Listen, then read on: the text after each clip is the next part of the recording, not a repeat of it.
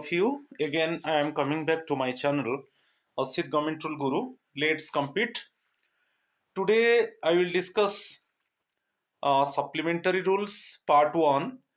Rule 1 to 20 I will discuss. Also related to the fundamental rules and supplementary rules. Also, I will discuss 11 multiple choice questions, exam oriented questions. So this part is very important part. So I will try to cover all the rules of supplementary rules. It is very important one. So my friends, please subscribe my channel, share my channel, and like my channel so that you can get notification for my upcoming videos. You see my contact WhatsApp number. It is 8327782034.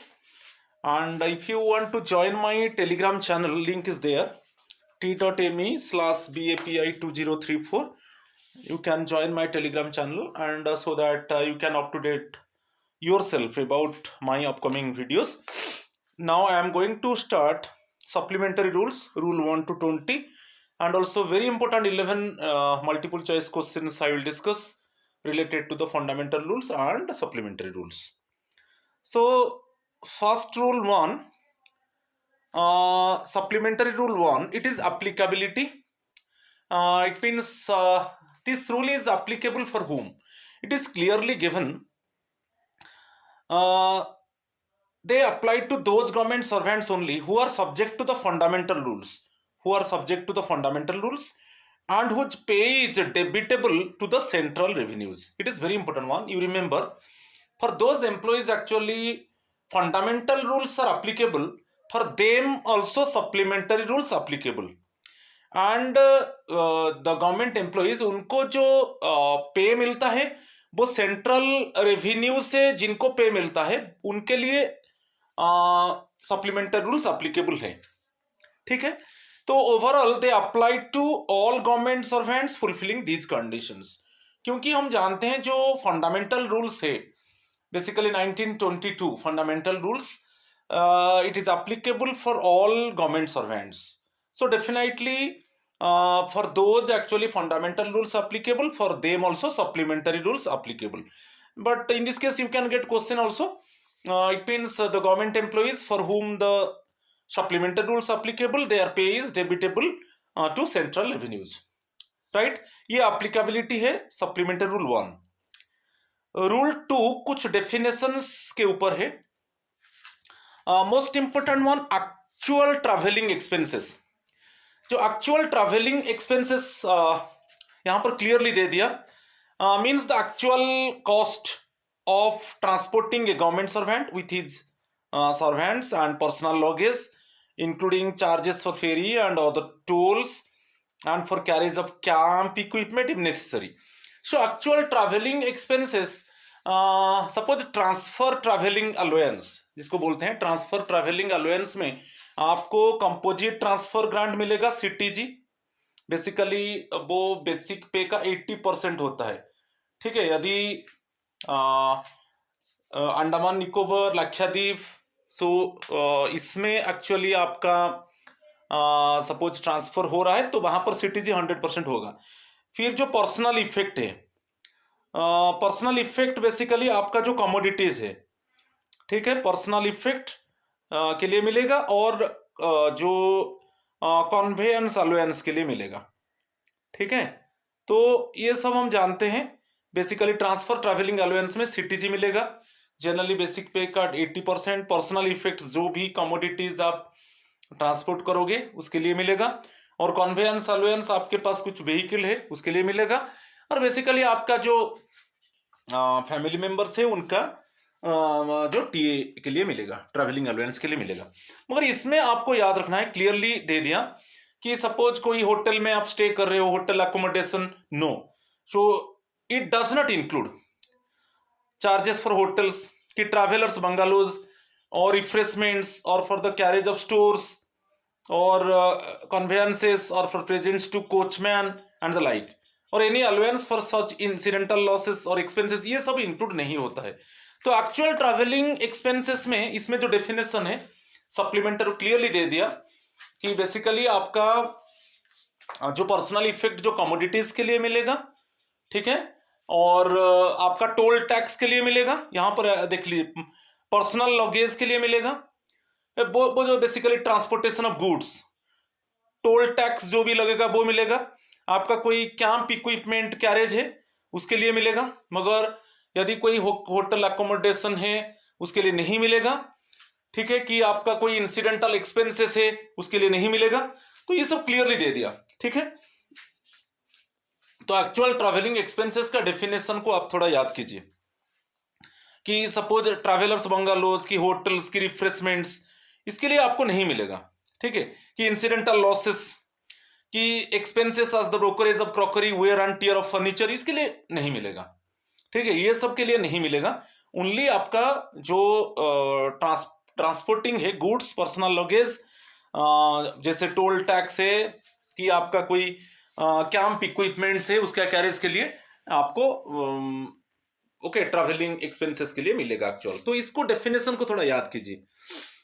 Next one, competent authority clearly दे दिया in relation to the exercise of any power. Competent authority उनके पास financial delegation power रहता है, ठीक है, और जो कॉम्पिटेंट अथॉरिटी है बेसिकली हम जो हमारा अपॉइंटिंग अथॉरिटी है वो हमारा डिसिप्लिनरी अथॉरिटी होते हैं, ठीक है, वो एक्चुअली डिसिप्लिनरी प्रोसीडिंग इनिशिएट करते हैं। तो इसमें दे दिया in relation to the exercise of any power means the president or any authority to which the power is delegated by or under these rules, ठीक है। इसमें जो ऑनरेबल प्रेसिडेंट की जो अथॉरिटी है उनके पास जो डेलीगेशन ऑफ पावर होता है वो हम उनको कॉम्पिटेंट अथॉरिटी बोलते हैं। और यहाँ पर एक क्लैरिफाई किया गया कि डे जो है ना वो कैलेंडर डे है, वो beginning and ending and midnight, ये बहुत इंपॉर्टेंट है। मिडनाइट में बिगिन होता है और मिडनाइट में एंड होता है, जो डे होता है कैलेंडर डे, ठीक है, इसको भी थोड़ा याद रखना है, राइट। नेक्स्ट, फैमिली यहां पर दे दिया जो सप्लीमेंट्री रूल्स है, ये भी इंपॉर्टेंट है। इसमें गवर्नमेंट सर्वेंट्स वाइफ और हस्बैंड आज द केस में भी, बट यहां पर कंडीशन है residing with the government servant. तो आपका जो जैसे हस्बैंड गवर्नमेंट एम्प्लॉई है तो उसका वाइफ आ जाएगा, मगर wife actually must reside with the government servant. Legitimate children, step children residing with the wholly dependent upon the government servant, ये क्लियरली दे दिया। तो आपको याद रखना है वाइफ और husband and he or she must reside with the government servant, legitimate children आ गया और स्टेप चिल्ड्रन, ठीक है, और वो सब डिपेंड कर रहे हैं गवर्नमेंट सर्वेंट के ऊपर। मगर नोट दिया है not more than one wife is included in the family, more than one wife include नहीं होगा, ठीक है। तो ये बहुत इंपॉर्टेंट है। अडॉप्टेड चाइल्ड है, जैसे जो नेचुरल गार्डियनशिप होता है उसमें रहना चाहिए। An adopted child shall be considered to be a legitimate child if under the personal law of the government servant adoption is legally recognised, ठीक है, इसमें थोड़ा देख लीजिए। An adopted child shall be considered to be a legitimate child if under the personal law of the government servant adoption is legally recognized as conferring on it the status of a natural child। यदि आप जो child को adopt किया है, यदि उसको natural child की तरह जो पर्सनल लॉ है गवर्नमेंट का उसमें उसको नेचुरल चाइल्ड का स्टेटस मिला है तो वो भी इंक्लूड होगा, ठीक है। और हेड ऑफ द डिपार्टमेंट जो सप्लीमेंट्री रूल में डिफाइन किया गया है means any authority which the president may by order declare to be the head of the department for the purpose of these rules। So honorable president actually basically declare करते हैं कि ये जो officer है वो हेड ऑफ द डिपार्टमेंट रहेंगे, ठीक है। तो ये डेफिनेशन बहुत इंपॉर्टेंट है, डेफिनेशन पूरा याद रखिए। Any authority which the president may by order declare to be the head of the department for the purpose of these rules। तो इसी रूल के लिए जो सप्लीमेंट्री रूल्स के लिए basically the honorable president may declare may give order, okay, and it means detect the authority, basically he or she would be the head of the department। यहाँ पर holiday को define किया गया है supplementary rule में। ये holiday prescribed और notified by or under section 25 of the negotiable instruments act 1881, इसको याद रखिए, नेगोशिएबल इंस्ट्रूमेंट्स एक्ट 1881 और उसका जो सेक्शन है 25, इसके हिसाब से हॉलीडे जो को डिफाइन किया गया है, हॉलीडे को नोटिफाई किया जाएगा। बेसिकली जो सेंट्रल गवर्नमेंट हॉलीडेज होता है, मगर उसका जो एक्ट है वो नेगोशिएबल इंस्ट्रूमेंट्स एक्ट है ना 1881, इसके ऊपर क्वेश्चन आपको मिल सकता है, और उसका सेक्शन 25, ठीक है।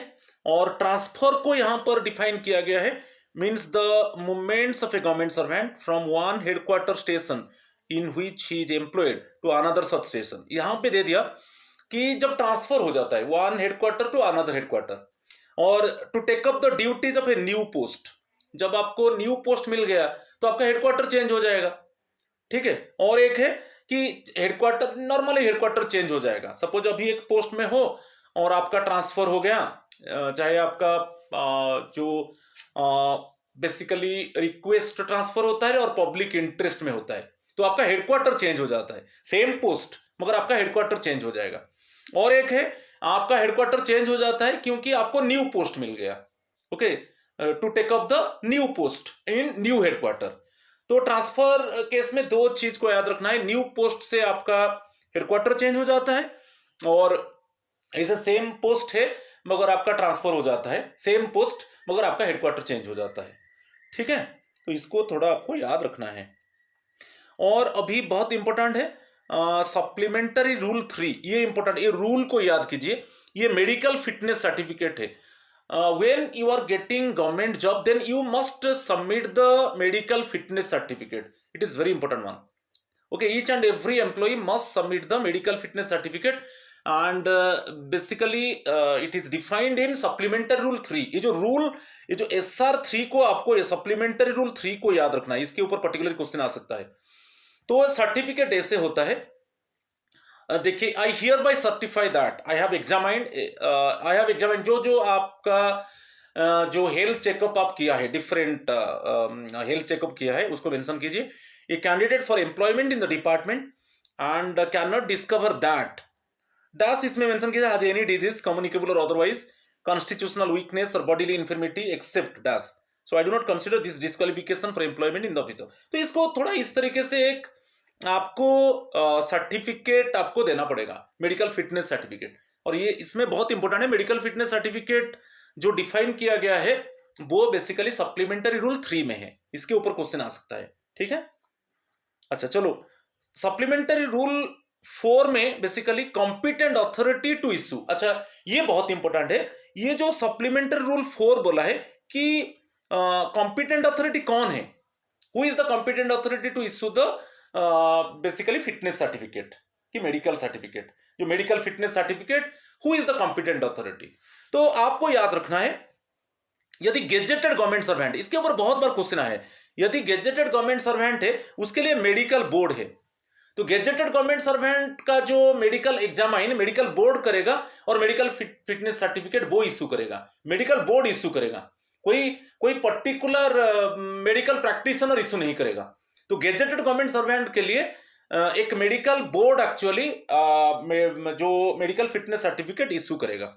और अदर के लिए जो नॉन गेजेटेड गवर्नमेंट सर्वेंट है, जैसे सिविल सर्जन है, और डीएमओ है, डिस्ट्रिक्ट मेडिकल ऑफिसर है, or any other medical officer equivalent to district medical officer, or a medical officer of equivalent status in the case of a non gazetted government servant. Other than इसमें class ये नहीं आएंगे, class 4 का जो है अलग है, ठीक है। तो गेजेटेड के लिए मेडिकल बोर्ड है, मेडिकल बोर्ड एक्चुअली इशू करेगा medical fitness certificate, but others के लिए civil surgeon or district medical officer or any medical officer equivalent to civil surgeon or compatible to district medical officer, ठीक है। मगर इसमें class 4 का अलग है, क्लास 4 का अभी हम देखेंगे, ठीक है।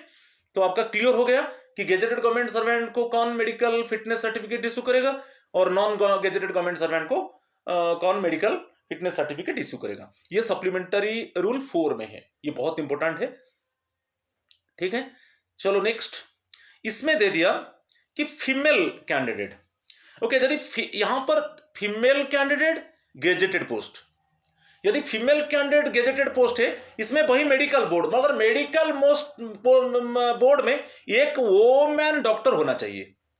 यदि फीमेल बेसिकली कैंडिडेट है और वो गेजेटेड पोस्ट उसको मिला है और उसको मेडिकल फिटनेस सर्टिफिकेट देना है, उसको मेडिकल बोर्ड है, मगर मेडिकल बोर्ड में एक वोमैन डॉक्टर होना चाहिए। इसमें क्लियरली दे दिया ये woman doctor possessing medical qualification included in one of the schedules to the Indian medical council act 1956, इसको याद कीजिए, इंडियन मेडिकल काउंसिल एक्ट 1956 के हिसाब से वो वुमेन डॉक्टर को मेडिकल क्वालिफिकेशन मिला है, और इसमें दिया है 102 ऑफ 1956 आज वन ऑफ इट्स मेंबर्स। तो आपको फीमेल कैंडिडेट का बात जब आएगा, फीमेल कैंडिडेट गेजेटेड पोस्ट, तब उस केस में जो मेडिकल बोर्ड तो मेडिकल फिटनेस सर्टिफिकेट इश्यू करेगा, मगर मेडिकल बोर्ड में वन वुमेन डॉक्टर होना चाहिए, और उसका जो मेडिकल क्वालिफिकेशन होगा वो इंडियन मेडिकल काउंसिल एक्ट 1956 और जो सेक्शन है 102 के हिसाब से होना चाहिए। ठीक है, और बेसिकली अभी नॉन गेजेटेड के ऊपर आएगा भाई, female candidate non gazetted post. Okay, female candidate non gazetted post, new Delhi का बात आएगा, असिस्टेंट सर्जियन ग्रेड 1 ये मेडिकल फिटनेस सर्टिफिकेट इश्यू करेगा, जो ये न्यू दिल्ली के लिए। अदर प्लेसेस के लिए समझ में आ गया, तो female candidate non gazetted post and particularly new Delhi. Okay, तो उसमें असिस्टेंट सर्जन ग्रेड 1 वो भाई ओ मैन होना चाहिए, यहां पर जो दे दिया असिस्टेंट सर्जन वो ओ मैन होना चाहिए grade 1। Okay, under the contributory health service scheme. ठीक है, or any other place by A registered female medical practitioner, जो नॉन गेजेटेड के लिए, अदर मीन्स भाई नॉन गेजेटेड के लिए कोई फीमेल मेडिकल प्रैक्टिशनर है, ठीक है, रजिस्टर्ड फीमेल मेडिकल प्रैक्टिशनर है, वो मेडिकल फिटनेस सर्टिफिकेट इश्यू करेगा, और वही उसका जो मेडिकल क्वालिफिकेशन होना चाहिए वो Indian medical council act 1956 section 102 के हिसाब से होना चाहिए।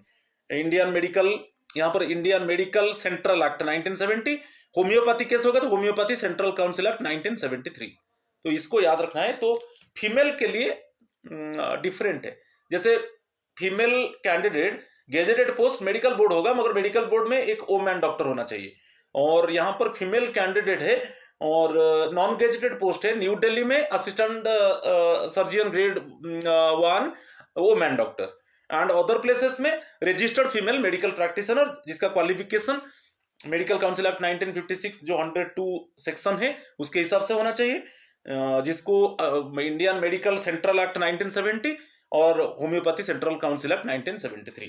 ठीक है, इसको बहुत अच्छे से रिमेंबर करना है क्योंकि इससे रिलेटेड क्वेश्चन आता है।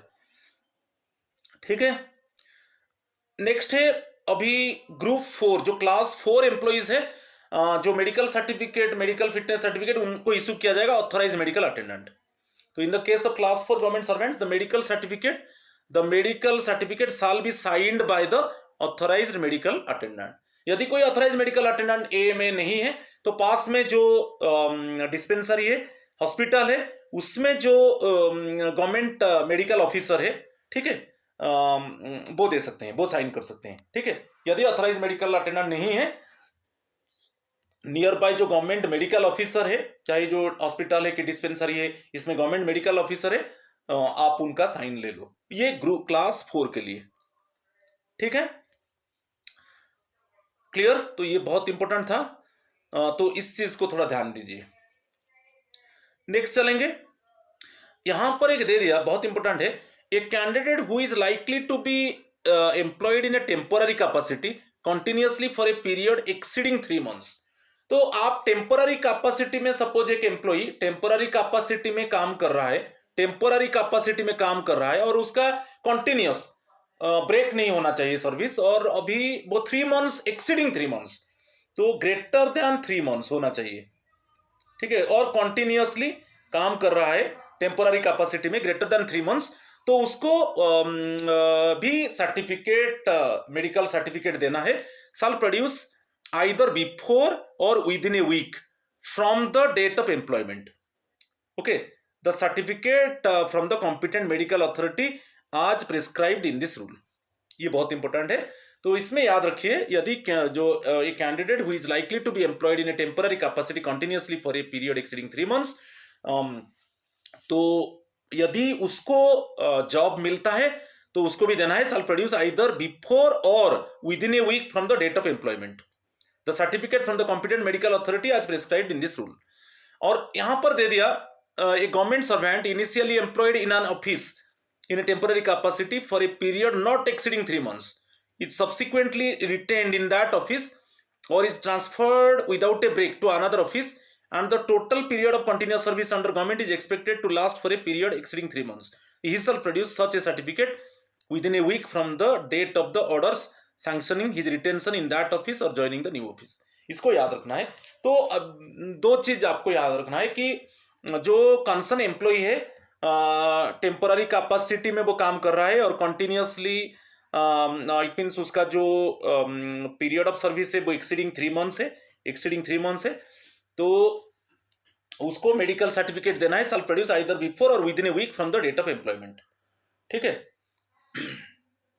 और यदि कोई ऐसा टेम्पोररी एम्प्लॉय है, वो एक ऑफिस में काम कर रहा है मगर 3 मंथ्स उसका कंप्लीट नहीं हुआ है, मगर उसका ट्रांसफर हो जाता है और एक ऑफिस को, और वहां पे जाके यदि मिला देंगे, कोई ब्रेक नहीं होता है, मिला देंगे तो उसका 3 मंथ्स हो जाता है।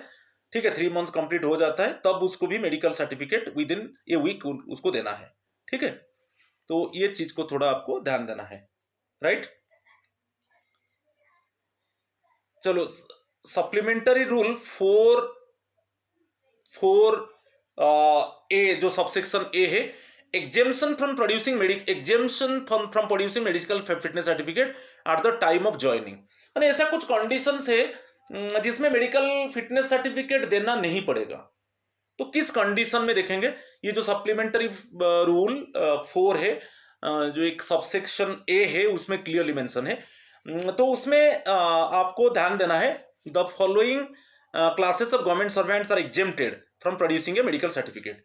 फर्स्ट है ए गवर्नमेंट सर्वेंट, फर्स्ट तो डिलीटेड है, a government servant recruited through a competitive examination who had to undergo medical examination in accordance with the regulations prescribed for appointment to service under government। देखिए इसमें क्या है, जब government servant का recruitment होता है उसमें already he had undergone it means medical examination, उसका कंपल्सरी है कि रिक्रूटमेंट टाइम में ऑलरेडी उसका मेडिकल एग्जामिनेशन हो चुका है। सपोज आप देखेंगे कुछ ऐसा पोस्ट है जिसमें रिक्रूटमेंट टाइम में ही उनका मेडिकल एग्जामिनेशन होता है, तो उनको मेडिकल फिटनेस सर्टिफिकेट फिर देना नहीं पड़ेगा, क्योंकि ऑलरेडी रिक्रूटमेंट टाइम में उनका मेडिकल एग्जामिनेशन हो चुका है। तो इस केस में वो एग्जेम्प्टेड है और एक बार उनको मेडिकल फिटनेस सर्टिफिकेट देना नहीं पड़ेगा। नेक्स्ट है, इसमें एक गवर्नमेंट सर्वेंट अपॉइंटेड, एक गवर्नमेंट सर्वेंट जिसको हम अपॉइंट करते हैं उसका जो पीरियड रहेगा less than 3 months. A government servant appointed in a temporary vacancy for a period not exceeding 3 months। एक गवर्नमेंट सर्वेंट को टेम्पोररी वैकेंसी है, टेम्पोररी वैकेंसी को फिलअप करने के लिए हम एक गवर्नमेंट सर्वेंट को रिक्रूटमेंट देते हैं, और जो वो लेस देन 3 मंथ्स के लिए वो वैकेंट पोस्ट में काम करेगा, तो उस केस में उसको मेडिकल फिटनेस सर्टिफिकेट देना नहीं पड़ेगा। और next one, a temporary government servant who has already been medically examined in one office. Okay, already एक टेम्पोररी गवर्नमेंट सर्वेंट एक ऑफिस में उसका मेडिकल एग्जामिनेशन हो चुका है और उसका ट्रांसफर हो जाता है अनदर ऑफिस को without a break in service. तो एक ऑफिस में उसका तो मेडिकल एग्जामिनेशन हो चुका है, वो टेम्पोररी पोस्ट में है, मगर एक ऑफिस में उसका मेडिकल एग्जामिनेशन हो चुका है और उसका ट्रांसफर हो रहा है अभी अनदर ऑफिस को, तो वहां पर भी उसको जो न्यू ऑफिस को वो चला गया विदाउट ब्रेक इन सर्विस, उसका सर्विस ब्रेक नहीं हुआ है, तो उस केस में उसको अगेन एक मेडिकल फिटनेस सर्टिफिकेट देना नहीं पड़ेगा। और एक है रिटायर्ड गवर्नमेंट सर्वेंट री एम्प्लॉयड, एक गवर्नमेंट सर्वेंट सुपरएनुएशन के हिसाब से रिटायर्ड हो गया और उसका फिर री एम्प्लॉयमेंट हो गया, तो उसको भी देना नहीं पड़ेगा मेडिकल फिटनेस सर्टिफिकेट, क्योंकि वो दे चुका है। ठीक है, तो ये बहुत इंपॉर्टेंट, इस सब कंडीशंस में मेडिकल जो फिटनेस सर्टिफिकेट एग्जेम्प्टेड है उनको नहीं देना पड़ेगा। बहुत इंपॉर्टेंट है, जो रिटायर्ड गवर्नमेंट सर्वेंट है, रिटायर्ड हो गया और उसके बाद फिर री एम्प्लॉयमेंट हो रहा है, तो उसको मेडिकल फिटनेस सर्टिफिकेट देना नहीं पड़ेगा। ठीक है, ये सब कंडीशंस को आप देख लीजिए। और ऐसा कुछ कंडीशन से नेसेसरी है, हमको मेडिकल सर्टिफिकेट बहुत नेसेसरी है। ऐसा क्या कंडीशन है जो मेडिकल सर्टिफिकेट क्विंटेसेंशियल है? First one, a government servant is promoted from non qualifying service paid from a local fund to a post in government service. पहले क्या था, वो नॉन क्वालिफाइंग सर्विस में था, उसको जो पे मिल रहा था वो लोकल फंड से मिल रहा था, मगर अभी उसको जो पोस्ट मिला गवर्नमेंट सर्विस में पोस्ट मिला, तो इस केस में उसको मेडिकल फिटनेस सर्टिफिकेट देना ही होगा। ठीक है, ये बहुत कंपल्सरी है। तो वो नॉन क्वालिफाइंग सर्विस में था जिसको पे मिल रहा था लोकल फंड से, मगर अभी उसको पोस्ट मिल गया गवर्नमेंट सर्विस में। ठीक है, जिसको अभी सैलरी मिलेगा कंसोलिडेटेड फंड ऑफ इंडिया से, और जो सेंट्रल रेवेन्यूज से उसको, सेंट्रल रेवेन्यू से उसको पेमेंट मिलेगा, तो उसको मेडिकल फिटनेस सर्टिफिकेट देना पड़ेगा। आफ्टर रेजिग्नेशन की और forfeiture of pass service, resignation के बाद आपका री एम्प्लॉयमेंट हो रहा है, आप रेजिग्नेशन दे चुके हो, फिर आपका री एम्प्लॉयमेंट हो रहा है कि आपका पास्ट सर्विस फॉरफिट हो गया है, अभी आपका जो पास्ट सर्विस है वो फॉरफिट हो चुका है, तो इस केस में जब आपका री एम्प्लॉयमेंट होता है तब आपको मेडिकल फिटनेस सर्टिफिकेट देना पड़ेगा। तो या हो गया क्लियर, बहुत इंपॉर्टेंट है, रेजिग्नेशन, री एम्प्लॉयमेंट आफ्टर रेजिग्नेशन और री employment after forfeiture of past service, आपको कंपल्सरी है मेडिकल फिटनेस सर्टिफिकेट देना पड़ेगा। और ऐसा कुछ री एम्प्लॉयमेंट है, कुछ सर्कमस्टांसेस है, ओके, कुछ सर्कमस्टांसेस री एम्प्लॉयमेंट है, सर्कमस्टांसेस है जो अपॉइंटिंग अथॉरिटी वहां पर डिसाइड करता है कि वो मेडिकल फिटनेस सर्टिफिकेट देगा कि नहीं। भाई the appointing authority will decide whether A medical certificate should be produced और नॉट, ठीक है, ये कंडीशन में नेसेसरी है। सपोज थर्ड जो टू आप सबसेक्शन बी देखिए, ऐसा कुछ सर्कमस्टांसेस है, आपका री एम्प्लॉयमेंट हो रहा है और सर्कमस्टांसेस है जो अपॉइंटिंग अथॉरिटी डिसाइड करता है कि आपको मेडिकल फिटनेस सर्टिफिकेट देना पड़ेगा, ठीक है। तो ये जो सब कंडीशन में डिस्कस किया, ये सब इसमें मेडिकल फिटनेस सर्टिफिकेट देना कंपलसरी है ये कंडीशन में। और पहले में जो बताया ऐसा कुछ है कंडीशन है जहां पर मेडिकल फिटनेस सर्टिफिकेट आपको देना नहीं पड़ेगा, ठीक है। Supplementary rule 5, cease of compensatory allowance, यहां पर दे दिया, save as provided by the rules in this division a compensatory allowance attached to a post.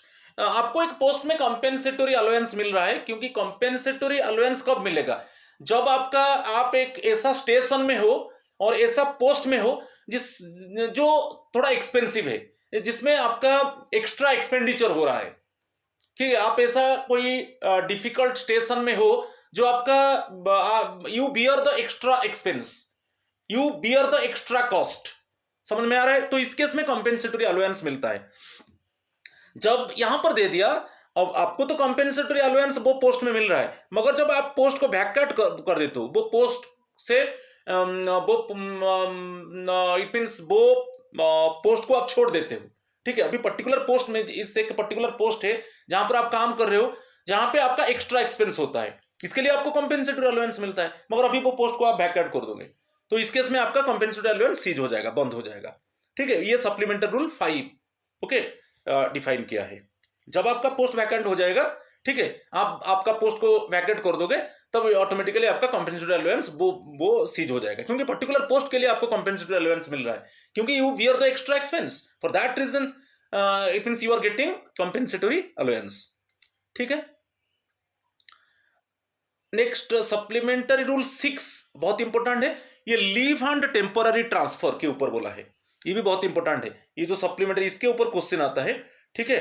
इसमें क्या दिया है कि leave means the entire leave if it does not exceed 4 months. तो आपका जो इसमें जो लीव को डिफाइन किया गया है, एंटायर लीव को लिया है, मगर जो कंटिन्यूअस लीव रहेगा वो 4 मंथ से एक्सीड नहीं करेगा, it does not exceed 4 months, ठीक है। 120 डेज, 4 मंथ्स मींस हम लेंगे 120 डेज, तो 4 मंथ से एक्सीड नहीं होगा। और इसमें यदि 4 मंथ से एक्सीड होता है, हम फास्ट 4 मंथ्स लेंगे, and the fast 4 months of the leave if the actual duration of the leave exceeds that period, यदि आपका जो पीरियड है वो 4 मंथ्स को क्रॉस कर जाता है, जैसे आप 6 मंथ्स के लिए लीव ले लिए, मगर यहां पर लीव को जो डिफाइन किया गया फास्ट 4 मंथ्स, ठीक है, आप 6 महीने छुट्टी में रह गए कंटिन्यूअसली, मगर यहां पर जो लीव को डिफाइन किया गया है फास्ट 4 मंथ्स होगा, और इसमें लीव प्रिपेरेटरी टू रिटायरमेंट को हम एक्सक्लूड कर देंगे, इंक्लूड नहीं करेंगे, क्योंकि लीव प्रिपेरेटरी टू रिटायरमेंट आप जानते हो जस्ट बिफोर सुपरएनुएशन आप आपका 300 ईएल को, मैक्सिमम 300 ईएल को आप 300 जो आपका सर्विस बुक में है बिफोर रिटायरमेंट, मैक्सिमम 300 ईएल आप ले सकते हो, वो इसमें नहीं आएगा, इसमें इंक्लूड नहीं होगा। मगर इसमें जो लीव को डिफाइन किया गया है it does not exceed 4 months, ठीक है। और यदि ड्यूरेशन 4 मंथ से ज्यादा हो जाता है तब हम उसको फास्ट 4 मंथ्स लेंगे, ठीक है, ये बहुत इंपॉर्टेंट है। और next one basically temporary transfer, temporary transfer mean suppose temporary transfer हो रहा है, वो भी टेम्पोररी ट्रांसफर जो है not exceeding 4 months. Temporary transfer को वो भी डिफाइन किया, not exceeding 4 months means transfer to duty in another station. जब आपका ट्रांसफर हो जाता है अनदर स्टेशन को which is expressed to be for a period not exceeding 4 months, उसको हम टेम्पोररी ट्रांसफर बोलते हैं, जिसका पीरियड जो अनदर स्टेशन को आपका ट्रांसफर हो जाता है और आप वहां पर जो काम करोगे नॉट एक्सीडिंग 4 मंथ्स, 4 मंथ से ज्यादा नहीं होगा, उसको हम टेम्पोररी ट्रांसफर मानते हैं, जो सप्लीमेंट्री रूल 6 बोलता है।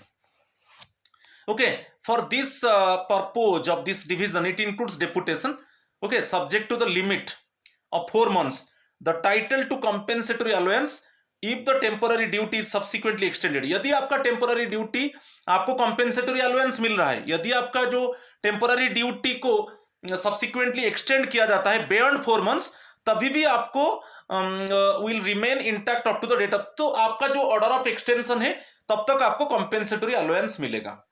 क्योंकि जो टेम्पोररी ट्रांसफर को बोलते हैं transfer to a new station not exceeding 4 months, यदि आपको कंपेंसेटरी अलाउंस मिल रहा है और बियॉन्ड 4 मंथ्स हो जाता है, तो जब तक आपका एक्सटेंशन ऑर्डर है जो बियॉन्ड 4 मंथ्स हो गया तब तक आपको कंपेंसेटरी अलाउंस मिलेगा। मगर जो टेम्पोररी ट्रांसफर को डिफाइन किया गया है, जो सप्लीमेंट्री रूल 6 में क्लियरली मेंशन किया है, नॉट एक्सीडिंग 4 मंथ्स। ठीक है,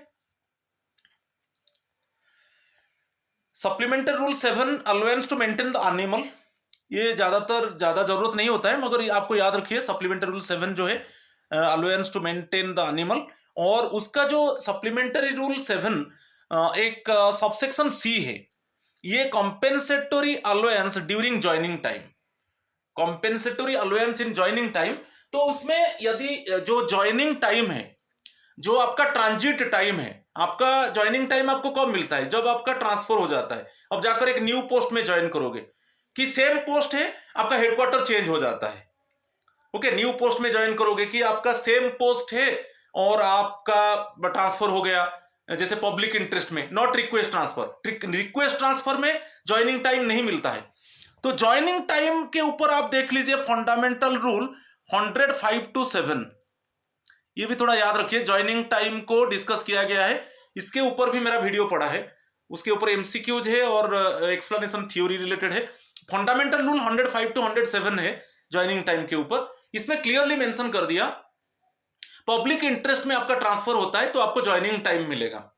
ठीक है, जाकर आप न्यू पोस्ट में ज्वाइन करते हो और कि आपका हेडक्वार्टर चेंज होता है, सेम पोस्ट ओके, मगर आपका हेडक्वार्टर चेंज हो जाता है, तो ये जो क्या ज्वाइनिंग टाइम में आपको जो कंपेंसेटरी अलाउंस मिल रहा है, क्या ज्वाइनिंग टाइम में वो कंपेंसेटरी अलाउंस क्या होगा। तो ज्वाइनिंग टाइम हम देखेंगे कि क्या कंपेंसेटरी अलाउंस सेम है, सपोज जो आपका हेडक्वार्टर जो ओल्ड है न्यू है, ये दोनों को हम देखेंगे, तो दोनों में क्या कंपेंसेटरी अलाउंस सेम है। यदि सेम नहीं है, जिस चाहे आप ट्रांजिट टाइम ज्वाइनिंग टाइम में आप हो, आप ऑलरेडी ओल्ड स्टेशन से रिलीव हो चुके हो, अभी आप ज्वाइन नहीं किया जाकर न्यू स्टेशन में, जो पीरियड ट्रांजिट पीरियड होता है उसमें आपका कंपेंसेटरी अलाउंस क्या होगा ना, दोनों स्टेशन में जहां पर आपका कंपेंसेटरी अलाउंस का रेट कम होगा। ठीक है, तो वही दे दिया, ही में ड्रॉ द, देखिए यहां पर ही में draw the compensatory allowance during joining time under fundamental rule 105 provided that if the rate differ, आपका ओल्ड स्टेशन से आप रिलीव हो चुका है और ओल्ड स्टेशन और न्यू स्टेशन आप यहां पे अभी आप यहां पर हो, ट्रांजिट में हो, तो ये ट्रांजिट पीरियड में कंपेंसेटरी अलाउंस क्या होगा, ये दोनों स्टेशन में जहां पर कंपेंसेटरी अलाउंस कम होगा, कम रेट होगा, वही मिलेगा, वही दे दिया। If the rates differ in the two post he may draw the lower rate only, दोनों स्टेशन में कंपेंसेटरी अलाउंस का रेट जहां पर लो होगा ओके, उसी रेट में लो रेट में आपको कंपेंसेटरी अलाउंस मिलेगा। क्लियर, तो ओल्ड स्टेशन का जो compensatory allowance rate, new station का कंपेंसेटरी अलाउंस रेट, इसमें दोनों में जिसका रेट कम होगा वही कंपेंसेटरी अलाउंस आपका ट्रांजिट टाइम में मिलेगा। ठीक है, ट्रांजिट में इट मींस आपका ज्वाइनिंग टाइम में मिलेगा। ठीक है,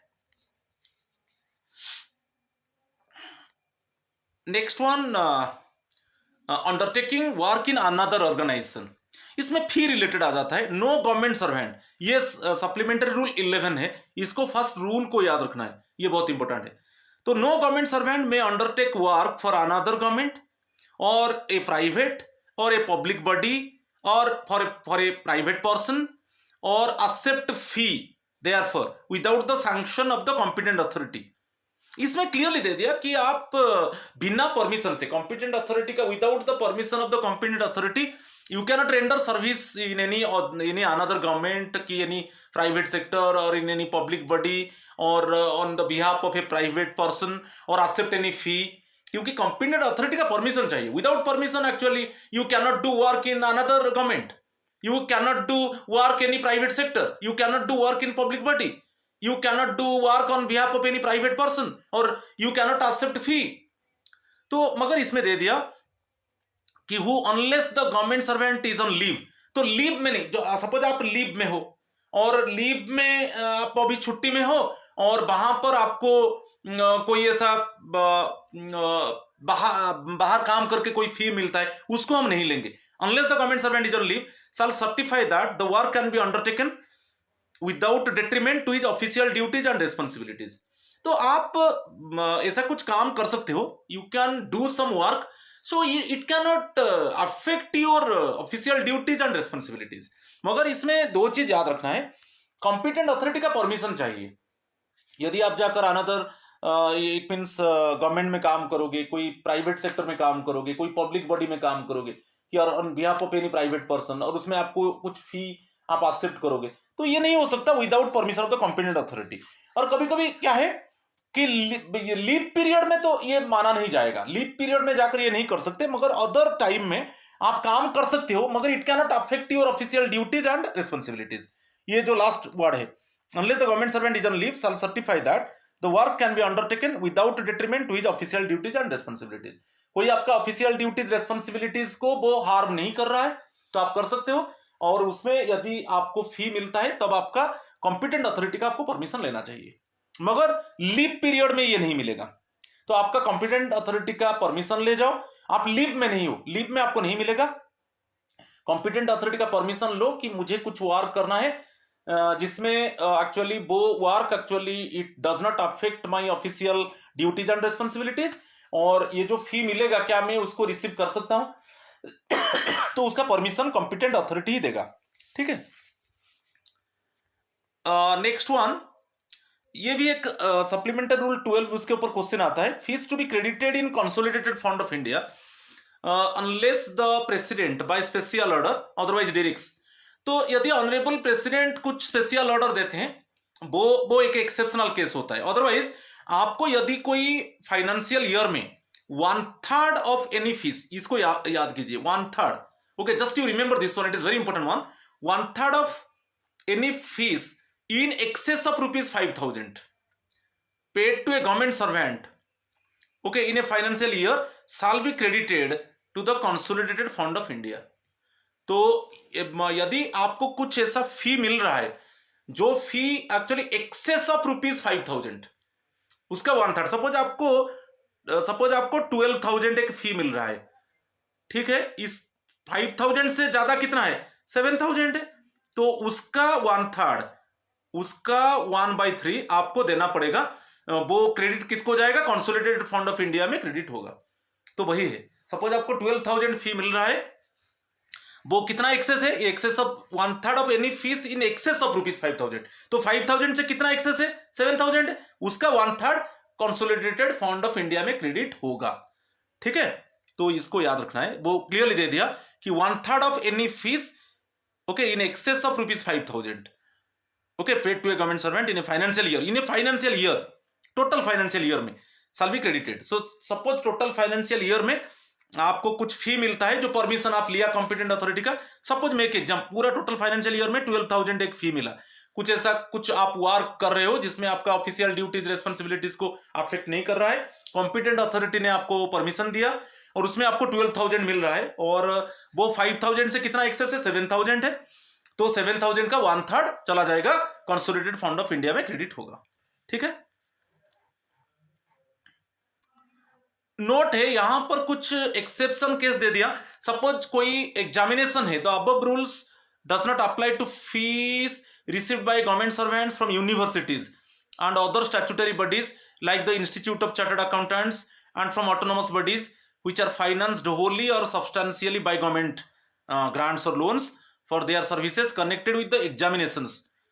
Okay, connected with the examinations, connected examinations conducted by the bodies for delivering lectures. इसको आपको कुछ फीस मिल रहा है, जैसे कुछ एग्जामिनेशन कॉपी आप चेक कर रहे हो, कोई भी एग्जामिनेशन, सपोज चाहे आपका इंस्टीट्यूट ऑफ चार्टर्ड अकाउंटेंट है, कोई ऑटोनोमस बॉडीज है जो इट मीन्स पार्शियली और Holi financed by the government, और इसमें कुछ एग्जामिनेशन रिलेटेड एक्टिविटीज में आपका इन्वॉल्वमेंट है कि आप कुछ लेक्चर डिलीवर कर दिया, जैसे सब यूनिवर्सिटीज में, ओके, अदर स्टैट्यूटरी बॉडीज में, चाहे कुछ एग्जामिनेशन क्वेश्चन पेपर आप suppose you make the question paper कि your involvement is there in related to the examination or delivering lectures in universities, तो उसमें जो फी मिलेगा ये जो रूल में बताइए एप्लीकेबल नहीं होगा।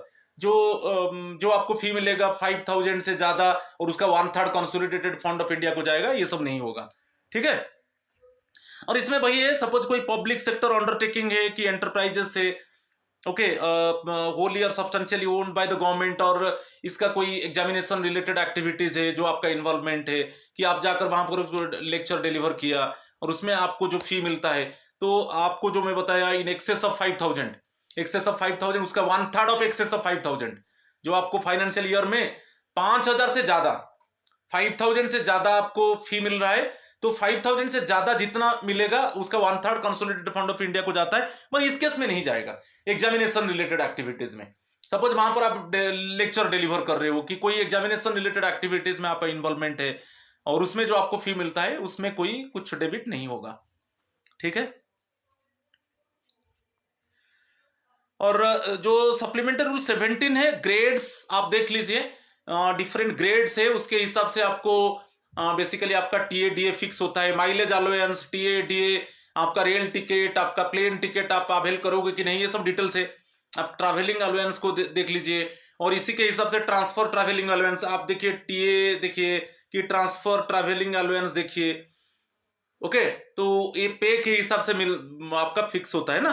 तो इसमें आप जो डिफरेंट ग्रेड्स है, यही है 5 एंड बिलो, 6 to 8, ओके, इसके हिसाब से जो पे है 5 एंड बिलो है 6 to 8, 9 to 11, then 12 and 13, then 14 and above। इसमें क्या है, आप ट्रेन जो अकोमोडेशन है कि प्लेन अकोमोडेशन है, नहीं कि उसमें होटल अकोमोडेशन है और माइलेज अलाउंस है, इसी के हिसाब से फिक्स हुआ है 7th पे में।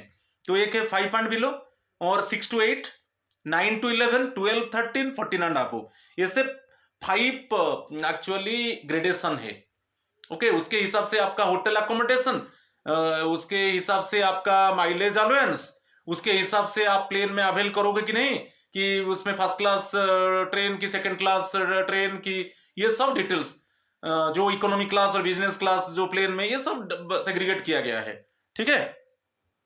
तो वो supplementary rule 17 grades of government servants के ऊपर डिफाइन किया है, ठीक है।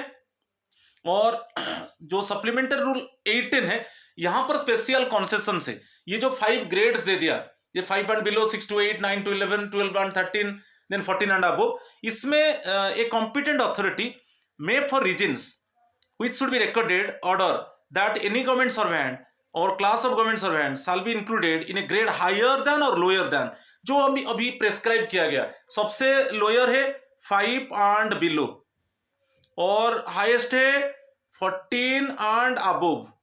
ये जो ग्रेडेशन है उसमें यदि और कोई जो ग्रेड का इससे अबोव ग्रेड किया जाता है और जो बिलो है उसके नीचे आ सकता है, ये एक्चुअली कॉम्पिटेंट अथॉरिटी डिसाइड करेगा, ओके। 14 एंड अबव से ज्यादा होगा कि 5 एंड बिलो से कम होगा, तो ये जो है कॉम्पिटेंट अथॉरिटी उसको डिसाइड करता है। स्पेशल कंसेशन, ये स्पेशल कंसेशन के ऊपर डिफाइन किया गया है, ठीक है, सप्लीमेंट्री रूल 18 में। Next one supplementary rule 19, government servant in transit from one post to another. Suppose आपका पब्लिक इंटरेस्ट में आपका ट्रांसफर हो गया, ठीक है, a government servant is a transit from one post to another, ranks in the grade to which the lower of the two. आपको याद रखना है, सपोज अभी आप ट्रांजिट में हो, अभी आप स्टेशन 1 से रिलीव हो चुके हो, ओके, एक हेडक्वार्टर से रिलीव हो चुके हो, अभी न्यू हेडक्वार्टर में आप ज्वाइन नहीं किया, अभी आप जर्नी में चल रहे हो, आपका ट्रांजिट पीरियड चल रहा है, तो वहां पर आपका रैंक क्या रहेगा, जो आपका basically one post to another, okay, आपका अभी जो न्यू स्टेशन में आप ज्वाइन करोगे, हायर पोस्ट में आप ज्वाइन करोगे, मगर अभी ट्रांजिट पीरियड में हो, ऑलरेडी जो आपका हेडक्वार्टर था उसमें आपका लोअर पोस्ट था, अभी आप जाकर न्यू पोस्ट में ज्वाइन करोगे, अब ज्वाइन नहीं किया, अभी ट्रांजिट पीरियड में हो, तो उस केस में आपका जो टू पोस्ट रहेगा उसका सबसे जो लोअर है वही रहेगा रैंक आपका, ठीक है, जो आपका रैंक्स रहेगा वो lower of the to post रहेगा, ठीक है, ट्रांजिट पीरियड में, क्योंकि अभी आप जाकर हायर पोस्ट में ज्वाइन नहीं किया, अभी ट्रांजिट पीरियड में हो आप, अभी जो हेडक्वार्टर, आप जो पुराना हेडक्वार्टर था उससे रिलीव हो चुका है, मगर अभी न्यू हेडक्वार्टर में ज्वाइन नहीं किया, तो आपका पोस्ट डिफरेंस हो गया, यहां पर पुराना जो हेडक्वार्टर था उसमें लोअर पोस्ट में काम कर रहे थे, अभी जाकर हायर पोस्ट में ज्वाइन करोगे, अभी तो ज्वाइन नहीं किया ना, ट्रांजिट पीरियड में हो, तो वहां पर आपका क्या रैंक रहेगा, तो जो दो पोस्ट है जो जिसमें जो लोअर है वही आपका रैंक रहेगा, ये बहुत इंपॉर्टेंट है, सप्लीमेंट्री रूल 19 बहुत इंपॉर्टेंट है। और next one supplementary rule 20 part time government servants के ऊपर है, a government servant whose whole time is not retained from the public service or who is remunerated wholly or partly by fees ranks in such grade as a competent authority may with due regard to the government servant status declare। तो इसमें क्या है, आपका service जो है temporary है, part time है, तो आपको जो फी मिल रहा है, जो आपका कंसोलिडेटेड सैलरी है, वो आपको कौन सा रैंक है, पर्टिकुलर एक जो वैकेंट पोस्ट है उसका वैकेंट पोस्ट का क्या रैंक था, उसमें आप काम करोगे, तो उसमें एक फी एक्चुअली कॉम्पिटेंट अथॉरिटी ने फिक्स किया है, तो उसी के हिसाब से आपको फी मिलेगा और वही आपका रैंक रहेगा, मगर वो टेम्पररी पीरियड के लिए रहेगा, एक अच्छा पोस्ट है मगर वो वैकेंट है, ओके, वहां पर आपको टेम्पररी पीरियड के लिए काम के लिए अलाउ कर दिया गया और उसमें एक कंसोलिडेटेड सैलरी है, तो वहां पर जाके आप काम करोगे, और वो उसमें गवर्नमेंट ऑलरेडी फिक्स किया है कि कितना कंसोलिडेटेड सैलरी मिलेगा, कि कितना फी मिलेगा, ठीक है, तो ये सप्लीमेंट्री रूल 20 था,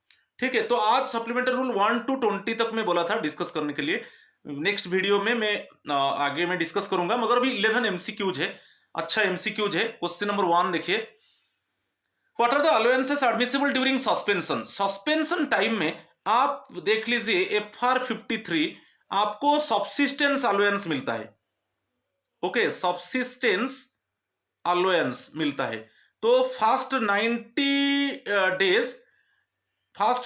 डेज आपका 50% ये रहेगा, जस्ट बिफोर सस्पेंशन जो आपका पे था उसका 50% आप ले जाओ, जो पे था बेसिक पे था उसका 50%, उसी के ऊपर जो 50% जो पे हो जाएगा, ये जो आप बोलते हो पे, अच्छा पे जस्ट बिफोर सस्पेंशन आपका जो पे था, तो ये जो सब्सिस्टेंस अलाउंस वो 50% मिलेगा फर्स्ट 90 डेज, ठीक है, और इसी के ऊपर आपको डी, ये जो आंसर दिया है व्हाट आर द अलाउंसेस दोनों मिलेगा, डीए एंड एचआरए, तो यहां पर option A is the correct one, तो ये जो आपका जो सब्सिस्टेंस अलाउंस जो आपका बेसिक पे था जस्ट बिफोर सस्पेंशन उसका 50% ले जाइए, और उसके ऊपर जो डीए मिलेगा और उसके ऊपर जो एचआरए मिलेगा वही मिलेगा, ये दोनों अलाउंस मिलेगा, तो option A is the correct answer.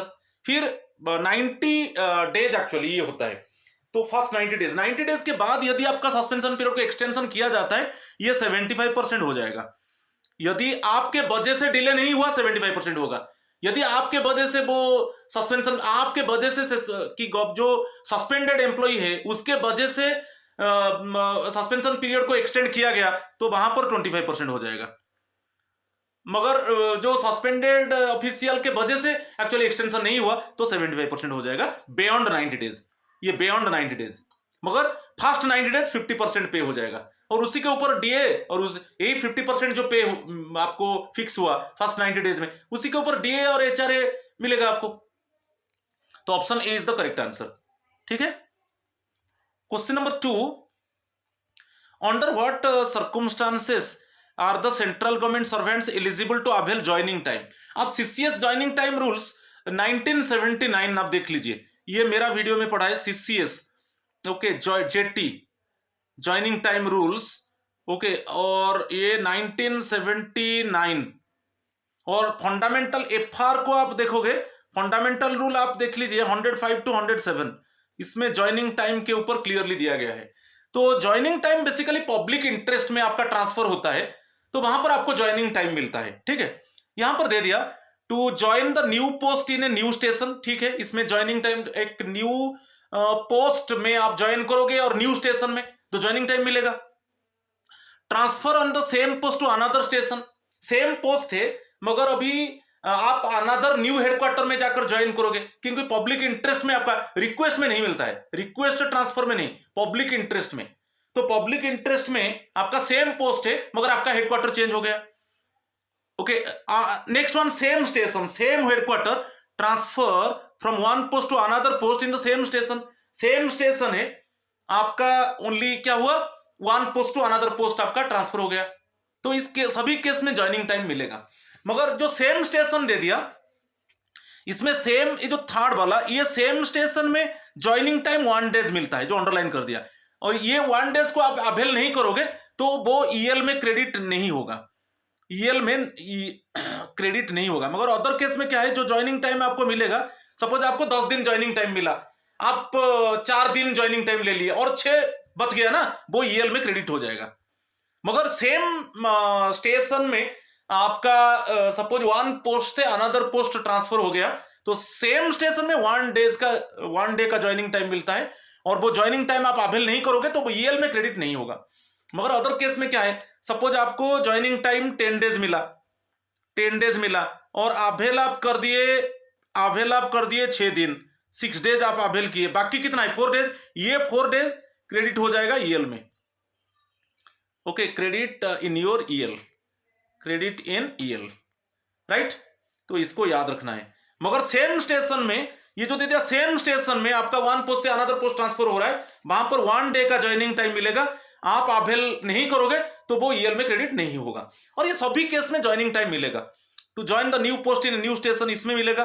Transfer on the same post to another station, मगर इसमें क्लियरली ऐसे दे दिया ट्रांसफर हो रहा है मगर पब्लिक इंटरेस्ट में, ठीक है, क्योंकि ज्वाइनिंग टाइम हम जानते हैं पब्लिक इंटरेस्ट में। रिक्वेस्ट ट्रांसफर आप लेकर जा रहे हो, वहां पर आपको ज्वाइनिंग टाइम आपको नहीं मिलेगा, आपका जो लीव है चाहे सीएल ईएल उसमें आप एडजस्ट करोगे। और सेम स्टेशन में आपका transfer 1 post to another post होता है, तो ये सभी केस में ज्वाइनिंग टाइम मिलेगा। तो option C is the correct answer. Question number 3, is it necessary to obtain a non employment certificate from a suspended employee for grant of subsistence allowance? Again आप देख लीजिए, ये जो फंडामेंटल रूल 53 में clearly mention है, आप जो subsistence allowance मिलेगा, सब्सिस्टेंस अलाउंस में अभी बताया था फर्स्ट 90 डेज में, जो फर्स्ट 90 डेज जो सस्पेंशन पीरियड रहेगा उसमें आपका जो पे था जस्ट बिफोर सस्पेंशन, जो आपका बेसिक पे था उसका 50% मिलेगा, जो आपका बेसिक पे का 50% मिलेगा, इसी के ऊपर आपको डीए मिलेगा और इसी के ऊपर आपको एचआरए मिलेगा, नहीं। तो इसमें बेसिकली आपको जो सब्सिस्टेंस अलाउंस मिलता है एवरी मंथ में आपको एक नॉन एम्प्लॉयमेंट सर्टिफिकेट देना पड़ेगा, एक नॉन एम्प्लॉयमेंट सर्टिफिकेट आपको देना पड़ेगा कि मेरा कहां पर भी मैं, क्योंकि ये जो सस्पेंशन पीरियड में आपको कोई काम असाइन नहीं किया जाएगा, तो उस समय ये भी हो सकता है आप जाकर बाहर में कोई काम कर सकते हो, तो इसके लिए आप एक नॉन एम्प्लॉयमेंट सर्टिफिकेट कि मेरा कहां पर भी एम्प्लॉयमेंट नहीं है, ये जो सस्पेंशन पीरियड में मेरा और कहां पर भी मैं इनकम अर्न नहीं कर रहा हूं, इसे नॉन एम्प्लॉयमेंट सर्टिफिकेट देने से आपको सब्सिस्टेंस अलाउंस मिलेगा। तो ये जो ऑप्शन है आंसर, 4 ऑप्शन दे दिया, necessary every month for every claim, once in 3 months only, no certificate is necessary, as when subsistence allowance is reviewed. यहां पर एवरी मंथ में आपको सब्सिस्टेंस अलाउंस लेने के लिए एवरी मंथ में आपको नॉन एम्प्लॉयमेंट सर्टिफिकेट देना पड़ेगा। तो option A is the correct answer, ठीक है। Question number 4, what is the rate of deputation allowance in case of deputation out of the station other than headquarters? Other than headquarter आपका जो deputation post है और outside of the headquarter, तो यहां पर जो डेपुटेशन अलाउंस मिलेगा वो 10% ऑफ बेसिक पे, ओके, बेसिक पे का 10%, और सब्जेक्ट टू ए मैक्सिमम कितना रहेगा, मैक्सिमम रहेगा 9000, मैक्सिमम रहेगा 9000।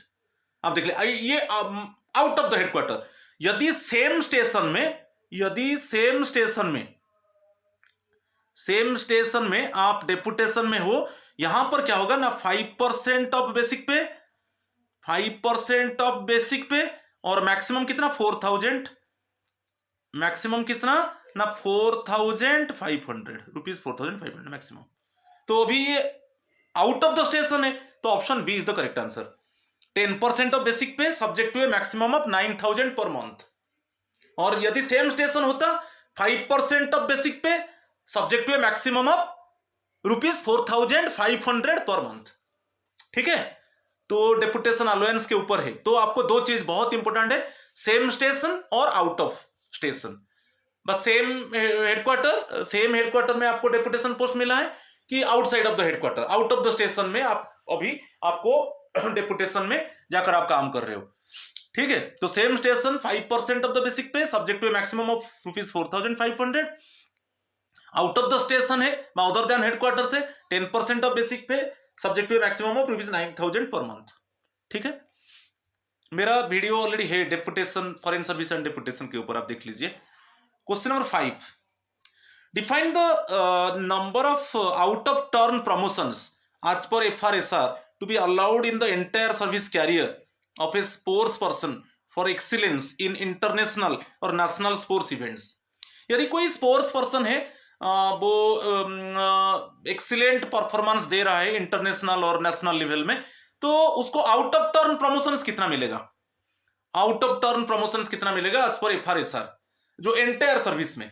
तो आपको याद रखना है, जो आउट ऑफ टर्न प्रमोशंस मिलता है जो एक्सीलेंट स्पोर्ट्समैन है इंटरनेशनल लेवल में और नेशनल लेवल में, एंटायर सर्विस कैरियर में 3 रहेगा, 3 आउट ऑफ टर्न प्रमोशंस मिलेगा उसको, जो एक्सीलेंट है इंटरनेशनल और नेशनल लेवल में। ठीक है, और उसको जो आउट ऑफ टर्न प्रमोशंस मिलेगा वो 3 होगा एंटायर सर्विस में। ठीक है, option A is the correct answer. Question number 6, a government servant was deputed abroad for training for a period of 6 months।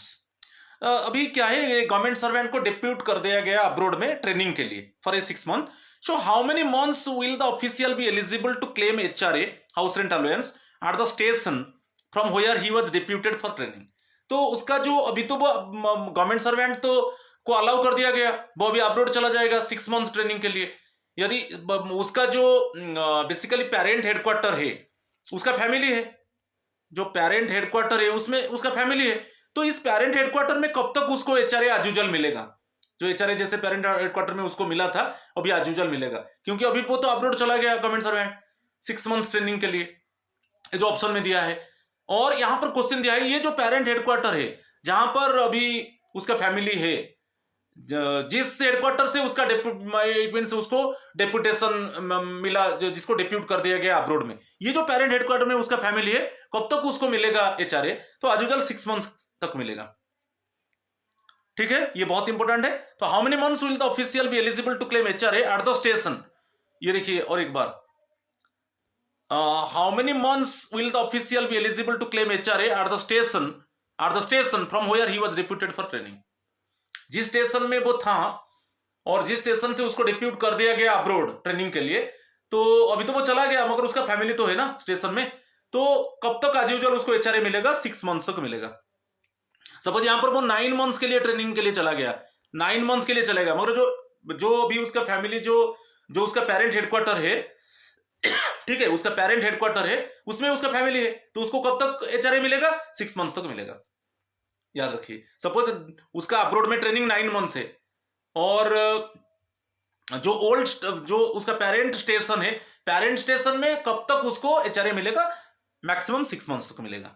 ठीक है, option A is the correct answer. Question number 7, how many additional days of joining time over and above the normal joining time is allowed to a government servant transfer to north east region?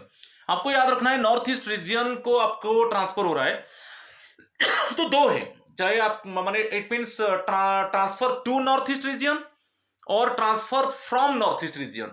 चाहे आपका अभी transfer हो गया north east reason में, कि आपको अभी north east reason में आप काम कर रहे थे, वहां से आपको ट्रांसफर मिल गया, तो इस केस में जो नॉर्मल ज्वाइनिंग टाइम होता है तो उसमें आपको एक्स्ट्रा 2 days मिलेगा, एक्स्ट्रा 2 days आपको मिलेगा। ठीक है, टू एंड फ्रो आपको याद रखना है। यदि आपका जो पब्लिक इंटरेस्ट में ट्रांसफर होता है नॉर्थ ईस्ट को, कि जैसे आपका टेन्योर खत्म हो गया, नॉर्थ ईस्ट में आप काम कर रहे थे, अभी आप नॉर्मल एरिया को जाओगे, तो इस केस में आपको जो नॉर्मल ज्वाइनिंग टाइम तो है, मगर नॉर्मल ज्वाइनिंग टाइम के साथ आपको एक्स्ट्रा 2 डेज मिलेगा। नॉर्मल जेटी के साथ एक्स्ट्रा 2 जेटी मिलेगा, ज्वाइनिंग टाइम मिलेगा। ओके, ट्रांसफर्ड टू और transferred to north east region और transferred from north east region. ठीक है, तो option D is the correct answer. Question number 8 is senior administrative grade officer is transferred from station K to J with 3000 km. He undertakes his journey by Air India. तो what is the maximum, आप याद रखना है plane में आप journey कर रहे हो तो यहां पर जैसे आपका है ज्वाइनिंग टाइम नॉर्मल में बता रहा हूं up to 1000 kilometres 10 days normal joining time होता है। यदि इसमें आपका more than 200 kilometres road journey होता है इसमें 2 ऐड कर दो। More than 200 kilometres road journey होगा तो 2 ऐड कर दो, 12 डेज हो जाएगा। और greater than 1000 kilometre up to 2000 इसमें आपको 12 दिन मिलता है। और मोर देन 2000 आपको 15 डेज ज्वाइनिंग टाइम मिलेगा। ये मगर प्लेन में जब यहां पर 3000 किलोमीटर तो क्रॉस कर रहे हो, ये नहीं कि आपको 15 दिन मिलेगा। मोर देन 2000 है, more than 2000 means basically other case में ट्रेन में आप जाओगे तो 15 दिन मिलेगा, मगर प्लेन में जा रहे हो मीन्स मैक्सिमम 12 डेज। ये एयर इंडिया ना, तो याद रखिए। तो ऐसे अप टू 1000 किलोमीटर 10 डेज, मगर road continuous road journey more than 200 kilometre इसमें 2 ऐड होगा। ठीक है, similarly greater than 1000 kilometre up to 2000 normal 12 दिन है। ओके, उसमें continuous road journey more than 200 kilometre another 2 days मिलेगा। और यहां पर ग्रेटर देन 2000 किलोमीटर जब आपका जर्नी है तो 15 डेज है। मगर जब प्लेन में आप जा रहे हो, ये undertake journey by Air India, plane में जा रहे हो तो आपको कितना मिलेगा, मैक्सिमम 12 डेज मिलेगा। ठीक है, what is the maximum joining time admissible in this case, 12 days. Option D is the correct answer, इससे ज्यादा नहीं मिलेगा। आप ये नहीं सोचोगे कि मेरा तो जर्नी डिस्टेंस कवर कर रहा हूं मोर देन 2000 किलोमीटर तो मुझे तो 15 डेज मिलना चाहिए। नो नो, प्लेन में आप जा रहे हो मीन्स आपको 12 डेज मिलेगा। ठीक है, चलो option D is the correct answer. Question number 9, under which rule is pay fixation done when a government servant is promoted from one post to another post involving higher responsibilities. तो pay fixation होता है जब आप एक lower post से अभी higher post को आप जा रहे हो, उसमें तो हायर रिस्पॉन्सिबिलिटीज, हायर पोस्ट में हायर रिस्पॉन्सिबिलिटीज रहेगा, तो वहां पर आपका पे फिक्सेशन होगा। ये पे फिक्सेशन को कहां पर डिफाइन किया गया है, FR20, FR21, FR19, FR22 subsection आई।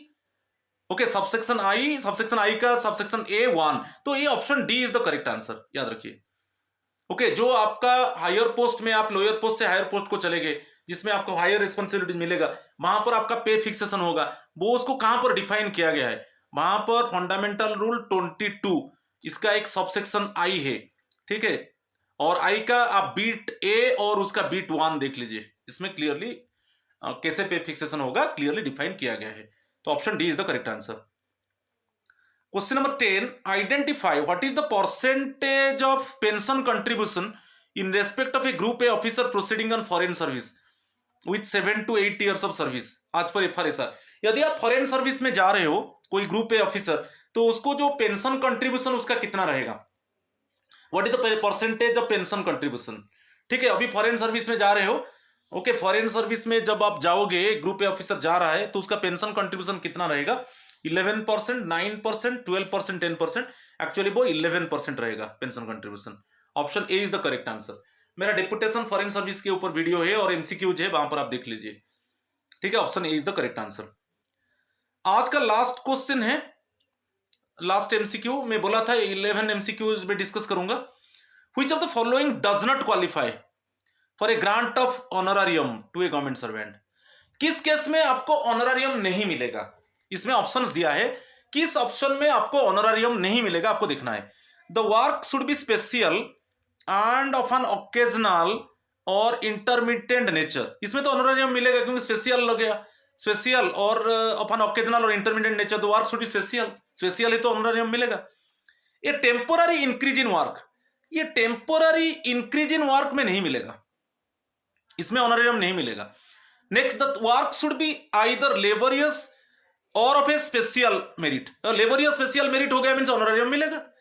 देखो मैं जो अंडरलाइन किया, लेबर स्पेशल मेरिट ऑनरेरियम मिलेगा। The work should be undertaken with the prior consent of the government. Prior consent of the government means honorarium मिलेगा, क्योंकि गवर्नमेंट का कंसेंट से आप जाकर काम कर रहे हो, ऑनरेरियम मिलेगा। ठीक है, मगर जो ऑप्शन सेकंड है उसमें आपको ऑनरेरियम नहीं मिलेगा। इंक्रीज इन वर्क, थोड़ा आपका माने वर्कलोड ज्यादा हो गया, ये तो होता है, जो वर्कलोड ज्यादा होने से क्या आपको ऑनरेरियम दिया जाएगा क्या? ऐसा नहीं। मगर अदर केस में जैसे स्पेशल लगा, ओके, और लेबोरियस स्पेशल मेरिट लगा कि on consent of the government actually you do work, okay, तो इस केस में आपको ऑनरेरियम मिलेगा। तो इसमें जो ऑप्शन 2 में ऑनरेरियम नहीं मिलेगा, तो इसका जो option C is the correct answer. ठीक है, तो आज ये 11 क्वेश्चंस था, सप्लीमेंट्री रूल्स 1 to 20 में डिस्कस किया। So my friends, please subscribe my channel, share my channel and like my channel, and also join my telegram channel. You can up to date yourself. So in subsequent videos definitely I will complete all the rules of supplementary rules. It is very important one. So I make commitment to you that I will cover all the rules related to the supplementary rules. Okay, आज इतना ही है। Thank you and namaskar to all of you.